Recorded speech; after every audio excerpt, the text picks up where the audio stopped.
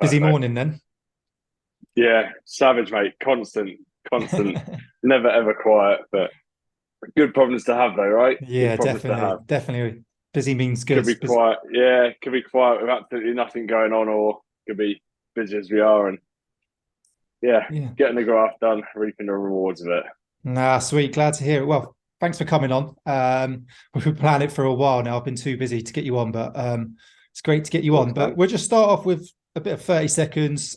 Majority of people, most probably will know you, might know Combat Fuel, but for those that don't, a little bit, 30 seconds, who you are, what you've done, and what you're currently doing. Of course, man. Yeah, absolutely. So I'm Alex, also known as Bez. I was an infantry soldier in One Royal Anglia and the Vikings. Unfortunately, I was medically discharged. Upon that discharge, I became a personal trainer. I did a PTI in the army as well. Didn't really have a purpose or fulfillment in what I was doing. I loved watching my guys transform, but I knew there was a bit more I could do, specifically to help out the guys that have been through the same and who are struggling. Always had a love of supplements, and as such, Combat Fuel was born. And 6 years later, we're here. And the rest is history, as they say. Fair enough. So when is it you joined the Royal Anglians? 2010, it passed. Finished my selection at Purbright and then joined pretty quickly after that. It was Yeah. early 11. And then Yeah, obviously went up a to while ago. Catterick. How did you find Yeah, Catterick? I loved it. I absolutely loved it. I thought it was brilliant. I was like, it was very surreal the whole way through, being like, this is like, I'm doing army stuff. I don't come from a military family. I didn't have any friends that were in the military of anything. One guy I used to work with at a leisure centre joined the RAF, so it's not quite the same. Um, but yeah, it was just, yeah, the whole thing was very awe inspiring. So I went in pretty fit anyway as a swimmer and rugby player. Yeah. My fitness was pretty damn strong as I went in, and yeah, just yeah, very weird. Remember asking quite a lot, like, when do we get to use weapons? When do we get to do this? When do we get to do that? And then very quickly being educated physically and verbally to Yeah. shut the fuck up, Wind and your then neck in. do, yeah, turn up, right place, right time, right kit, and then Yeah. yeah, steep Yeah. learning curve. I was exactly the same. Joined 16 Harrogate and just no family members apart from like granddad who was in World War II. No real Wow. friends. It was just what I wanted to do.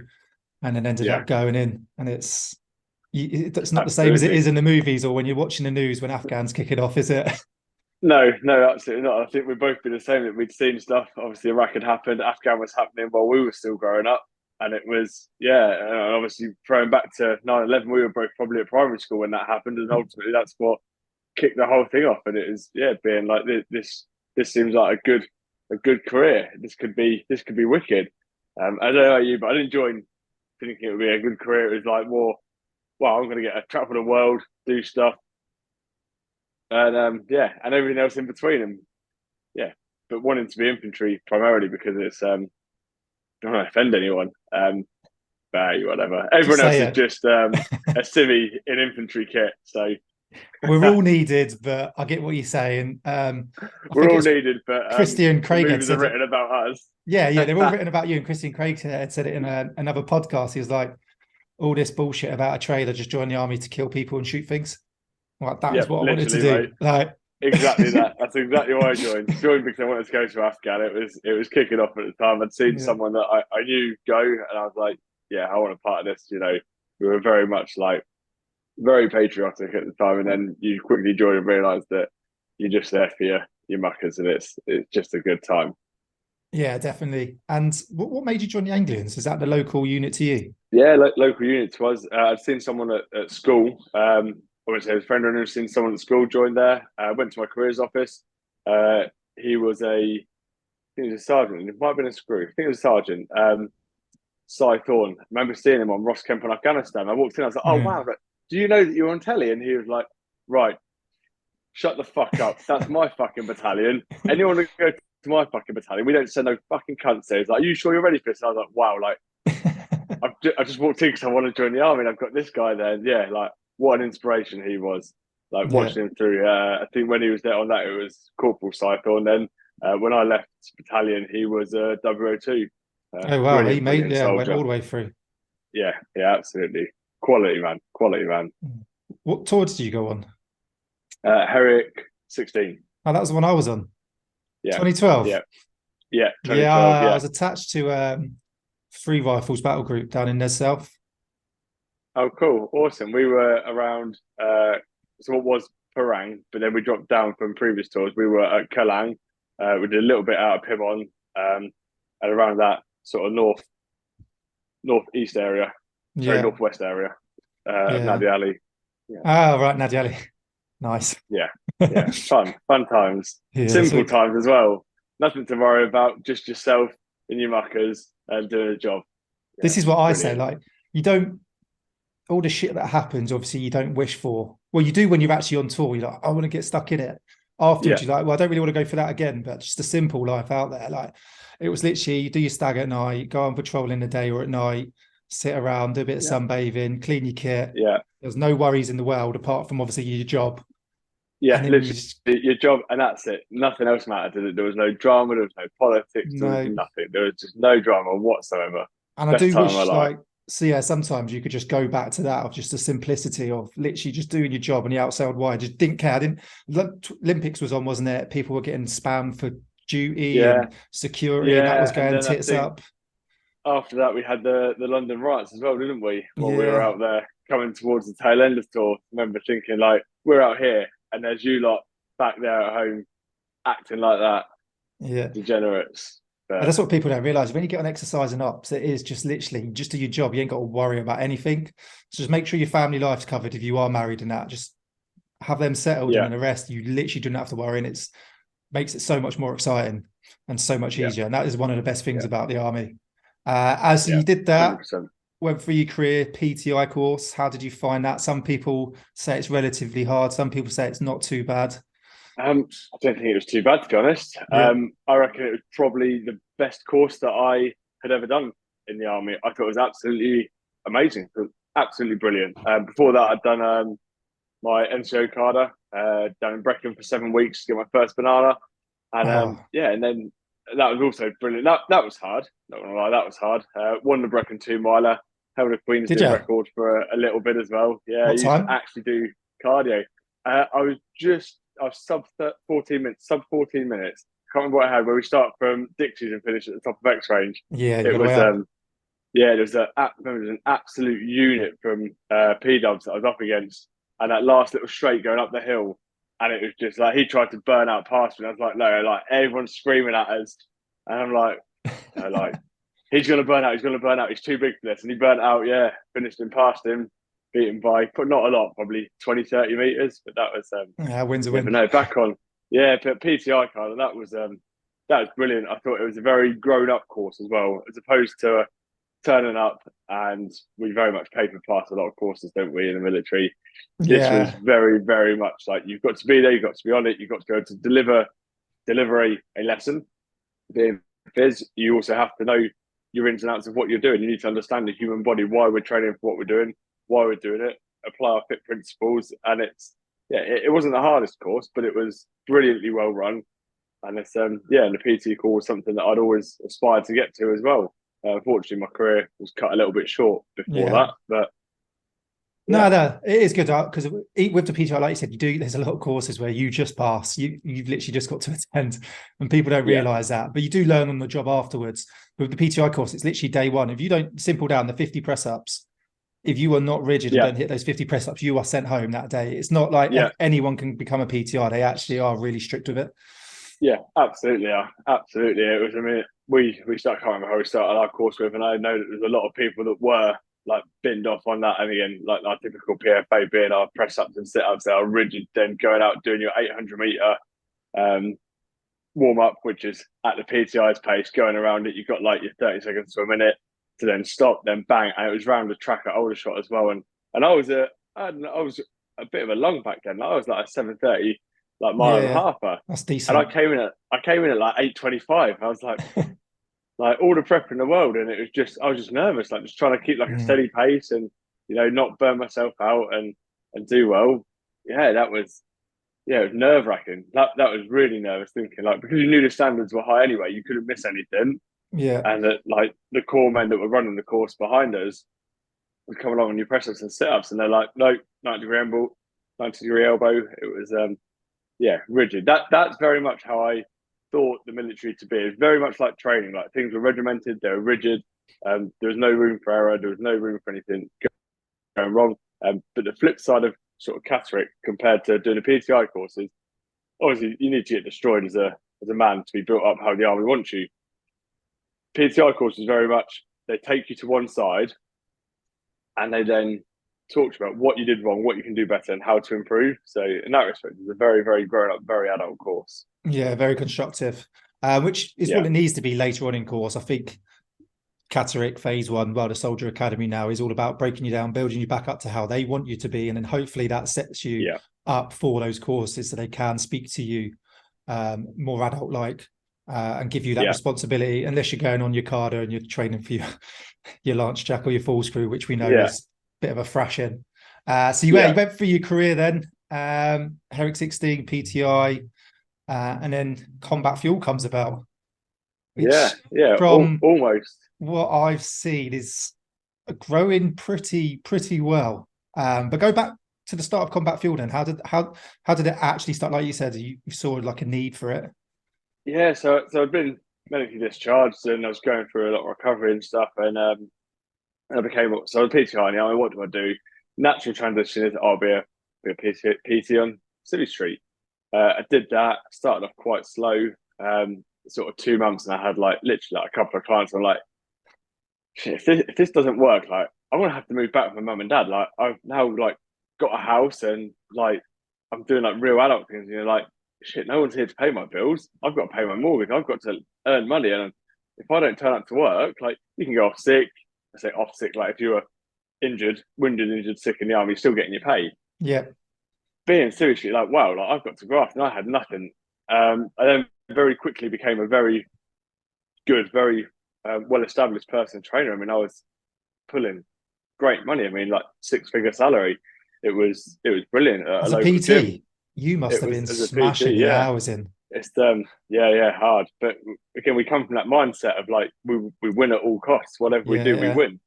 And like the top tips for being a personal trainer on Civvy Street: don't fuck your clients and actually care about what you're doing with them. Like train them properly. Like what Mike Chadwick does. Like they are you. Like they're an extension of you. Treat them how you want to be treated. It's that everything you have, you put into them, and they need to win. Like whatever it is that they want to achieve, you make them achieve it. But I very much had describe it like it was brilliant. It was very fulfilling, but I didn't feel fulfilled in myself. And I was like, I'm not doing anything to help like the guys that I could be helping. This money's great, donate it to charity, all of that stuff. And then I was like, I use supplements. I've always liked supplements, so why don't I look at doing something with supplements? And I remember I was PTing. I can't remember what rifles regiment it was. The CEO, Oz, his name was. A big credit to him. I'm in an R in because it was a lot of money I had that I was going to put into supplements to make it a thing. And one day I remember him at 6 o'clock in the morning doing a PT session with this ex-CO, and he turned around to me and just goes, "Just don't be a bitch, just do it." And typical, I'm like, oh well, you know, he's like, we've got this mindset. Look at what you've achieved already, Alex, doing this. He was then he worked for one of the charities once he'd come out once he finished his CO. And those words to him, like, just don't be a bitch, just do it. Like, what have you got to lose? And again, I stand by it now. Like, it's only money. You made it once, so you'll make it again. Yeah, exactly that. And like, good health, got good life. It's So why not send it? Got really, really badly screwed over by a manufacturer. I mean, we lost a lot of money on it. So when it was just me. They basically made us a white label product, and we're very much we don't make white label products. Everything we make is specific to us and our formulations. Just quickly, can you explain for the viewers that might not understand what is a white label product? Who are so a white label product? So you can get like a terrible product that's very basic out of the box. A manufacturer will make this and just stick your label on it. Yep. There's still a high entry to market in terms of money, and I'd gone away and I thought, this is what I want. These are my formulations. It was on a pre-workout. Everything else they'd done as they should have. Sort of our essential amino acids, our cyclic dextrin, our proteins, all of that stuff was specific to us. And the pre-workout we came to them, and our big bit is we must be military safe.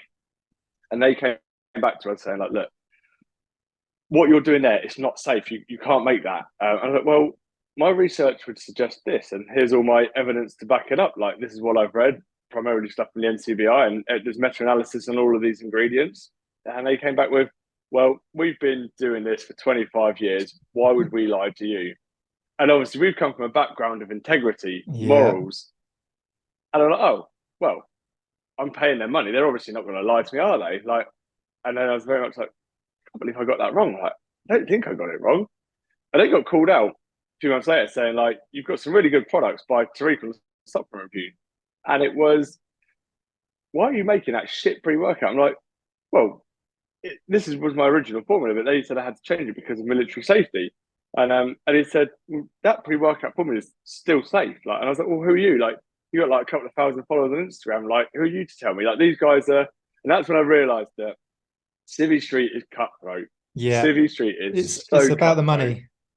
Yeah, all about the money. And what I did, I went to where we're holding all of our stock. I threw all of it in the bin, and I went and made it again. All of it, every product. The pre-workout, that was. Oh, just the pre-workout. Okay. That they lied to me, and got to the point where I was like, "Look, we can get into legal. We can try and like take these guys to court. Do you know what? Just let's reset and go again." So instead, I had all of our products, redid the pre-workout. It took me about 2 months to bring it back to market with how I'd originally formulated it. And then it started flying. And one of my business partners now, Rick from Strom, he was very much like, do you know what? And at the time, 12 years in the industry, said, I've never, ever seen someone have a product that wasn't what it should have been or good, throw it in the bin and start again. He's like, I've never seen that. He said, that shows that you care about customers more than you do money. He said, you've got my respect for life and that. And a few other business partners in between. And we've gone there. I owned a gym at one point as well. I sold that to another veteran. It's been a busy time. So, that's pretty mental having to throw the whole product away. But that just, what you've done there with Combat Fuel from the beginning is pretty much what the military teaches you. And if you look at anyone who comes out of the military, majority of them do end up becoming quite successful. There's loads of people we can name. I'm not going to name them all, but name anyone. But they normally do. And I spoke to someone else about it before. They were doing something. There's like military people for somehow always pretty much make it work, apart from a few who just somehow to get in the army and then leave. It's that mentality the army gives you. It's attention to detail, research. You're delivering a PT lesson, skeleton arms lesson. You have to write a lesson plan for everything.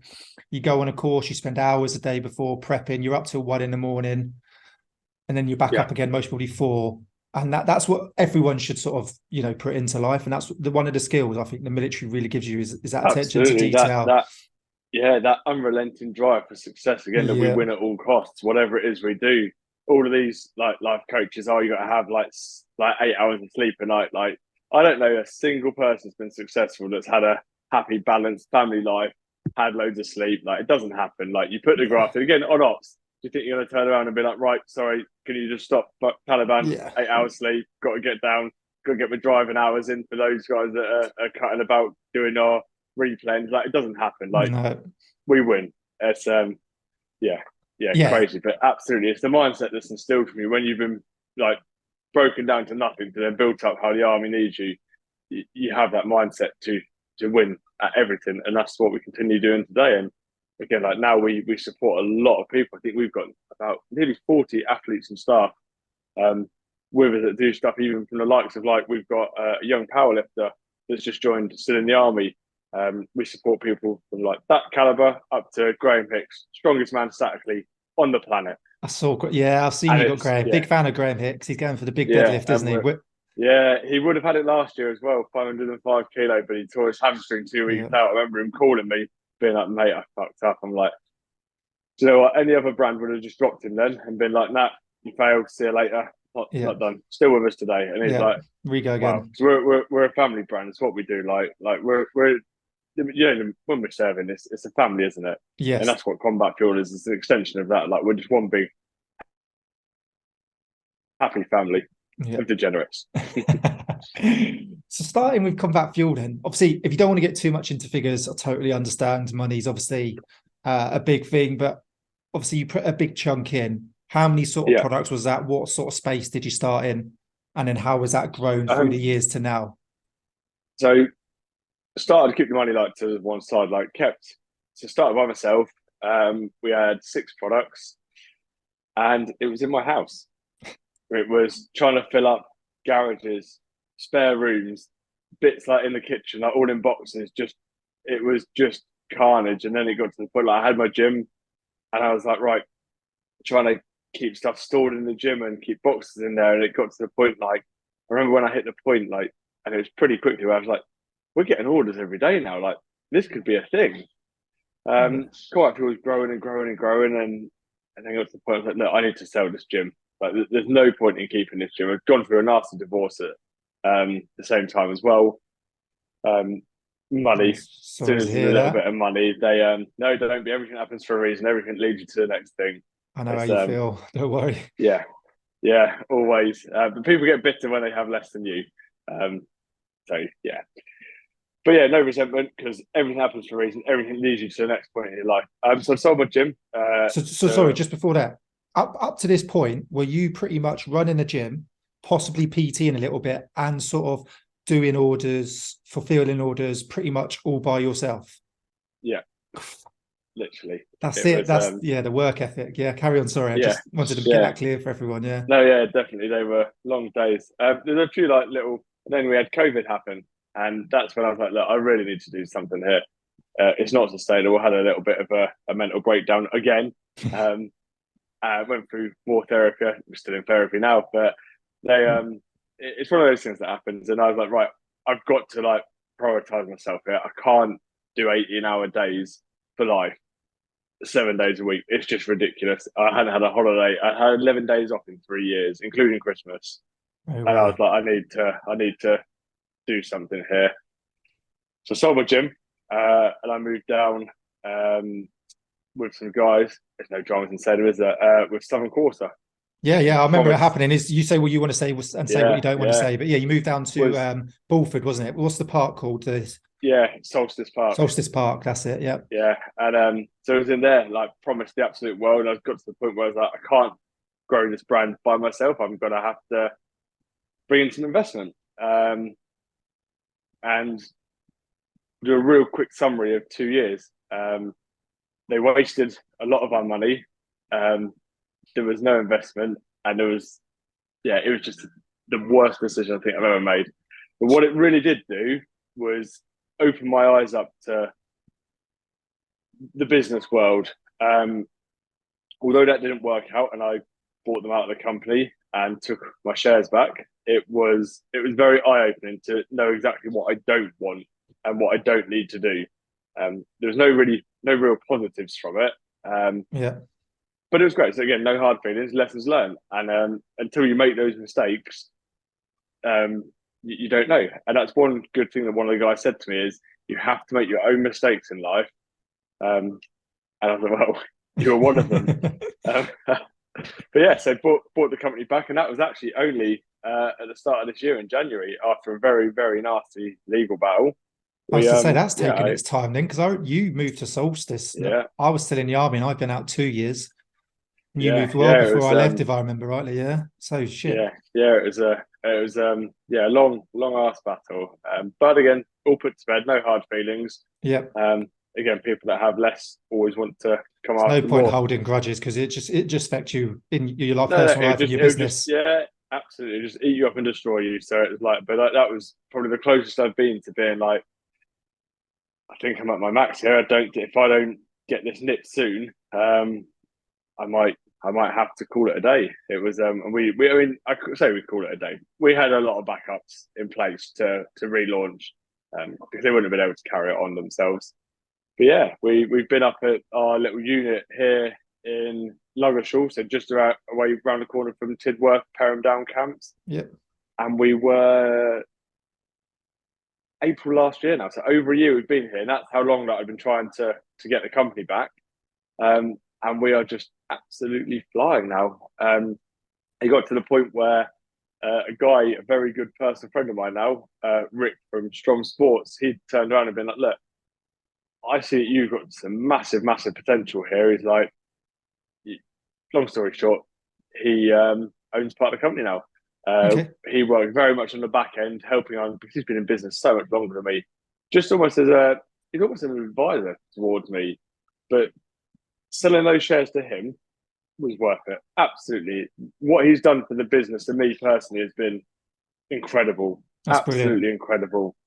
In terms of like distribution to New Zealand, to Australia, No, you've expanded to India there. that just went out now.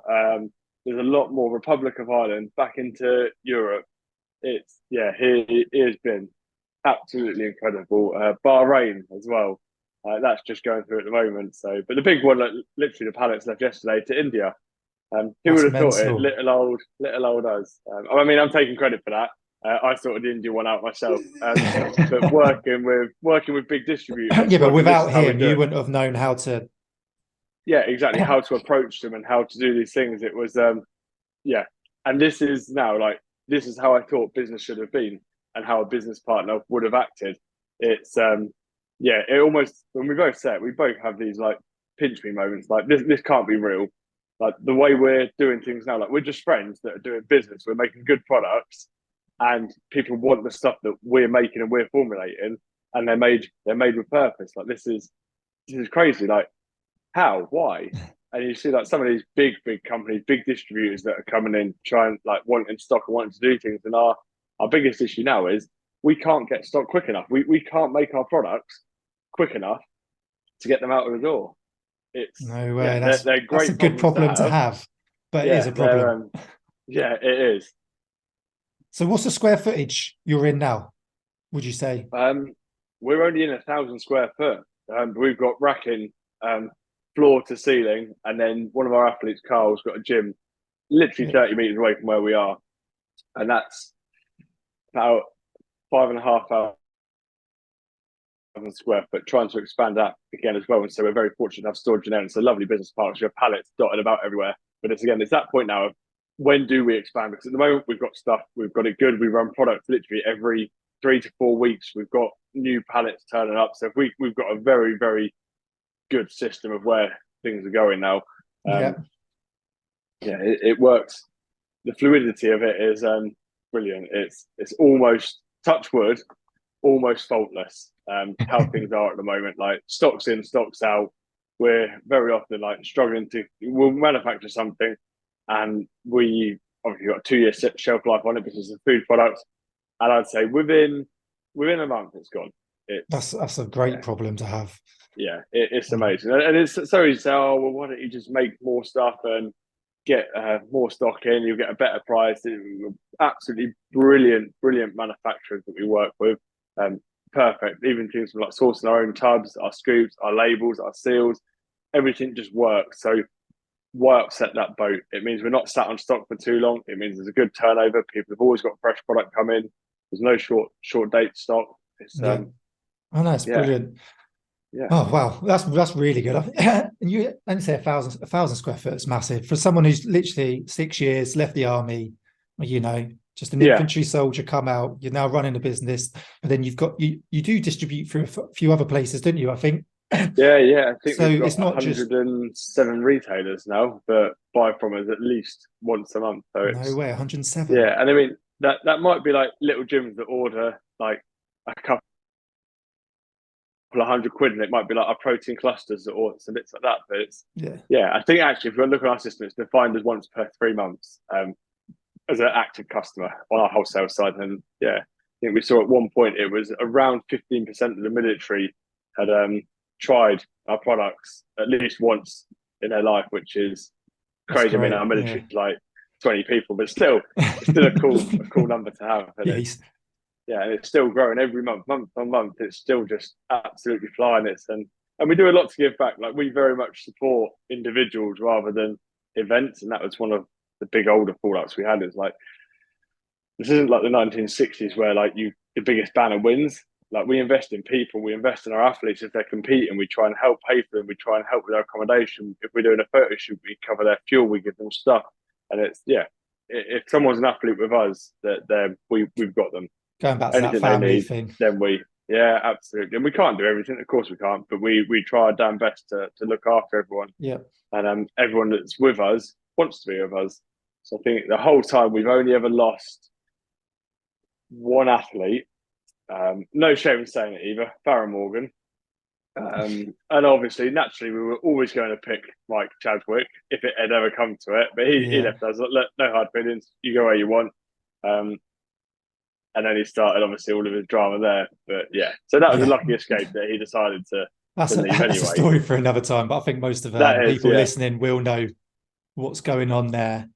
So we won't delve into that. But I just said he actually blocked me, and I didn't even get involved. Like, I got blocked. Wow. Because I used to speak to him, but yeah, that is what it is. So the biggest thing then, what I really want to get out there is combat fuel is military safe, and there is no informed sports label. I get people. No, I knew we were going to get onto this. No, yeah, we'll get onto. We don't have to delve into. I do want to get out there because I do promote for sometimes. I do use combat fuel myself, and I do get people message me going, "Is it military safe?" And I know I can 100% tell them they are military safe, but there's always that. Yeah, absolutely. So informed sport is inherently not a bad thing. It's there because there's a need to be safe in our jobs and what we're doing, and because there's this contamination with products. Very old, doesn't happen within the UK. If we look for things like GMP, which is good manufacturing process, and ISO 22000, ISO 9001, which is traceability and food safety. You can't really go wrong with that. If we went wrong or put anything in our supplements, even if it was contamination, like those contaminants can't even enter our factory. If they do, we'd lose our certification, and it's the ramifications of that is like you probably end up going to jail if you start doing it. And then get onto steroid contamination. So the only thing is, steroids are not a £20 pot of creatine. They're not cheap, so that's not a thing. We're also not America, where things have happened before. It is impossible. People don't like absolutes. I love it. Like, it is impossible to fail a military drugs test on our products. We've also been going for 6 years now, and we've done millions and millions of workouts we fueled for the guys and girls that are still serving. If someone was going to fail by now, they would have. Yeah. However, when people question it, it's a good thing. And please always question it, because it just shows that people care about their careers. They want to be safe. Informed sport, the reason we don't use them for transparency is because of how they run. I find it very unethical, and it doesn't abide by sea drills. And yes, I said sea drills. I've not heard so that for informed sport, a year or two. So you pay for your product testing. That's brilliant. Cool. Happy days. No dramas whatsoever. We then must pay £1,000 at least per product, per flavour, per year to use their logo. No, thank you. So straight away, you're talking 20, 30 grand. Once you've got what, 10 flavours of whale? 84 grand to do just our a whole year, range. Just to keep the badge. That's without the testing fee. But look, like you said, let's inform sports. They've obviously found a need. You've got athletes, tactical athletes, sprinters, everything, gymnasts. They all get randomly tested, and informed sport is an easy way of people to know, especially for people who don't have as much knowledge, can walk into a shop and go, that is safe. And there is a need for it. But you've obviously found a way without having to do that. Yeah, absolutely. And if you look at people like Applied Nutrition, so Applied Nutrition, for those that don't know, you've got USN, which is like the parent company. You've then got Applied Nutrition and ABE. They're all subsidiaries of USN. They used to be massively for testing with informed sport, then informed choice. And now it's, they don't use it anymore. They do their own. So although it's not independent, they test their own products, as we do, because I think they sort of realised the CON that it is. Grenade have pulled away from it. Have they? There's all these big companies that are pulling away from it. It just shows like consumers they know what they're doing now. And also, if you're ever uncertain on something, just go on Global Dro, put it in if you think an ingredient might not be okay. If you are in the military and you fail a CDT, it's going to be because you've been having a few nose beers at a weekend, or you've been being a little bit naughty. We did a blind study, not a blind study. We did a confidential study at the start when we first started saying, like, anyone who's failed supplements, failed CDT on supplements, please come forwards. We just want to know. We'll keep you like complete animosity, and let us know why. every single person, the 40 odd that we talked to, had all said, yeah, basically, they'd done something that they shouldn't have done. Yeah. And it wasn't supplements. So they used that to save a little bit of face. So, Fair enough. We're running out a bit of time, but thanks for coming. It was just great to have a little bit of a chat with you of course, man. about Been a pleasure. yourself, Been a long combat time fuel. coming. Yeah, as hopefully I'll get these more regularly, and we'll get you back on maybe later on in the year to see where you're at, or next year. Yeah, And I do need to calm down. definitely. I've been so busy, like you, a lot going on in my personal life and just work life. So try and get down to Lugshaw and see everyone. Yeah, absolutely, man. Absolutely. And we'll have our big combat fuel summer gathering, as we didn't try and do with all the athletes, at some point when someone's not busy. But we'll let you know, mate. Get you down, come and do some content with us. Yeah, definitely. Yeah, keep doing what you're doing, though, mate. Honestly, it's a great Awesome, brand, man. and it's great to see you growing. So awesome. Likewise, man. Likewise. Awesome. Enjoy your day, dude. yeah, and you. Cheers, mate. See you later. Kill it, man. See you later, dude. See you later. Bye.